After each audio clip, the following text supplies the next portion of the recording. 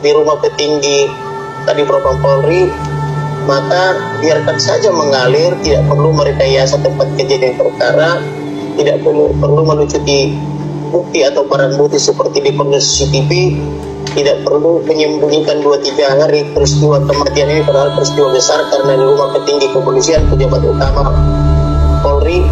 Kemudian tidak perlu mengusir satpam atau saksi-saksi tetangga yang berada di situ untuk menanyakan ada peristiwa apa di sana, dan tidak perlu menyembunyikan ini dari pemerintah setempat, dalam hal ini dari ketua RT dan juga pensiunan petinggi Polri, kan begitu. Jadi oleh karena itu, karena ada upaya-upaya penyembunyian atau penghilangan barang bukti dari orang-orang ini, maka menurut saya ini kejahatan. Menyembunyikan barang bukti dan atau menghilangkan barang bukti itu satu kejahatan.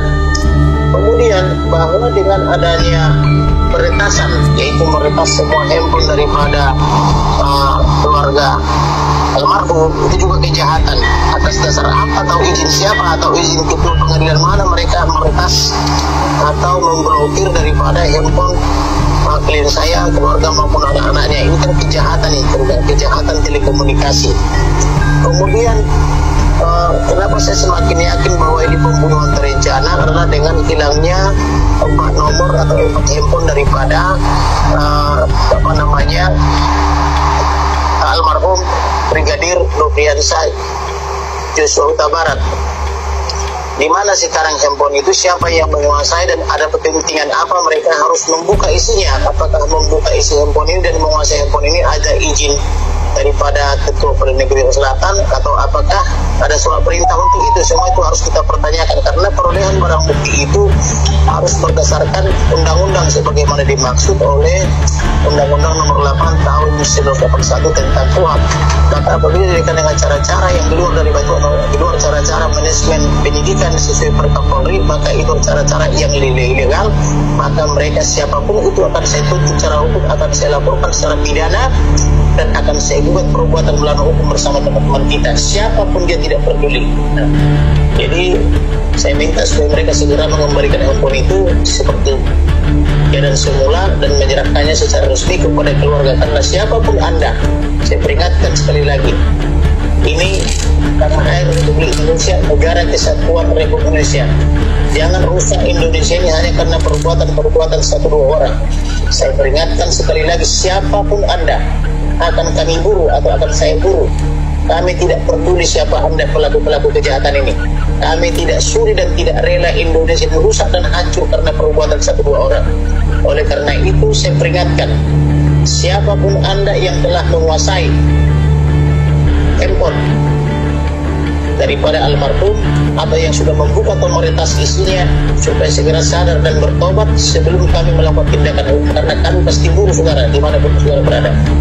Kemudian nanti rencana hari Senin pagi kami akan membuat laporan polisi di Baris Krim Polri sekitar jam 8 jam 9 tentang dugaan tindak pidana pembunuhan terencana. Contoh pembunuhan terencana sebagaimana dimaksud oleh pasal 340 pidana, junto pasal 338, junto pasal 351 ayat 3, yaitu menyebabkan matinya orang lain akibat penyiksaan dan atau penganiayaan.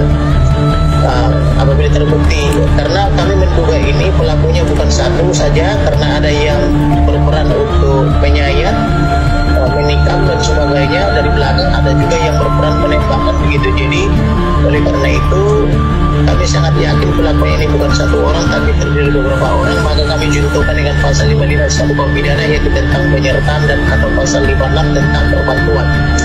Oleh karena itu kami sangat menyesalkan sikap daripada Kapolres Jakarta Selatan yang belum menangkap siapa saja yang ada di tempat kejadian perkara setidak-tidaknya untuk melakukan penangkapan 1 kali 24 jam. Tetapi kami melihat bahwa Kapolres Jakarta Selatan dengan jajarannya telah disetting oleh seseorang untuk tidak melakukan pekerjaan atau kewajibannya sebagaimana dimaksud oleh Undang-Undang Hukum Acara Pidana.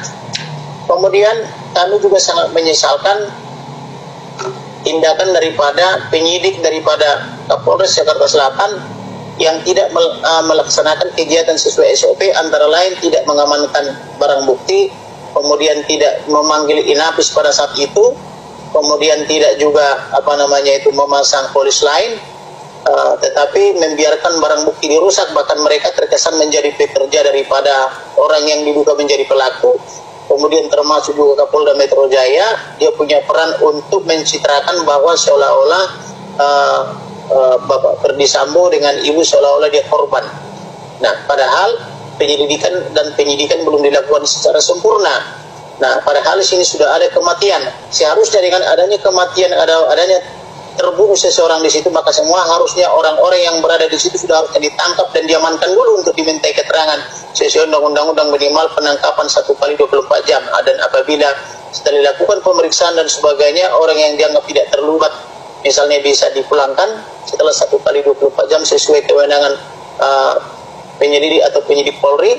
Tetapi apabila diduga terlibat, maka seharusnya dilakukan suatu surat perintah penahanan untuk 20 hari, kan begitu ya, dapat diperpanjang 40 hari, kemudian dapat diperpanjang lagi kalau ini pembunuhan terencana sesuai pasal 29 yang kalau bila ancamannya di atas 9 tahun bisa diperpanjang lagi hingga 120 hari. Nah, oleh karena itu saya cukup beralasan mengatakan supaya Kapolres Jakarta Selatan itu segera dicopot, karena dia tidak bertindak sebagai penyidik Polri, tetapi dia menjadi terkesan penyuruh ya, atau disuruh oleh seseorang untuk melakukan perbuatan yang bersifat melawan hukum. Kemudian saya juga cukup beralasan meminta kepada Kapolri maupun kepada Presiden Republik Indonesia, CQ Komisi 3 DPR supaya mendesak agar apalagi tadi Propam Polri dalam hari Bapak Irjen Pol Ferdy Sambo segera dinonaktifkan dulu demi efisiensi penyelidikan maupun penyidikan. Demikian juga dengan Karopaminal supaya segera diberhentikan juga, karena saya sudah beberapa kali mendapatkan laporan bahwa yang bersangkutan ini melakukan perbuatan-perbuatan yang diduga perbuatan tercela, di antara lain ketika beliau datang ke Jambi menemui klien saya, ada di sana perbuatan yang menurut saya tidak sesuai dengan prosedur kepolisian, yaitu memerintahkan klien saya meletakkan handphone, melarang memoto, melarang memvideokan atau merekam percakapan, kemudian menutup pintu dan menutup gerbang. Ini berlebihan menurut saya. Itu sebabnya kemarin itu kami minta supaya Presiden Republik Indonesia atau Panglima TNI supaya memerintahkan pengamanan dari Marinir maupun dari Angkatan Darat untuk memberikan keamanan kepada klien kami yang jiwa dan keselamatannya terancam.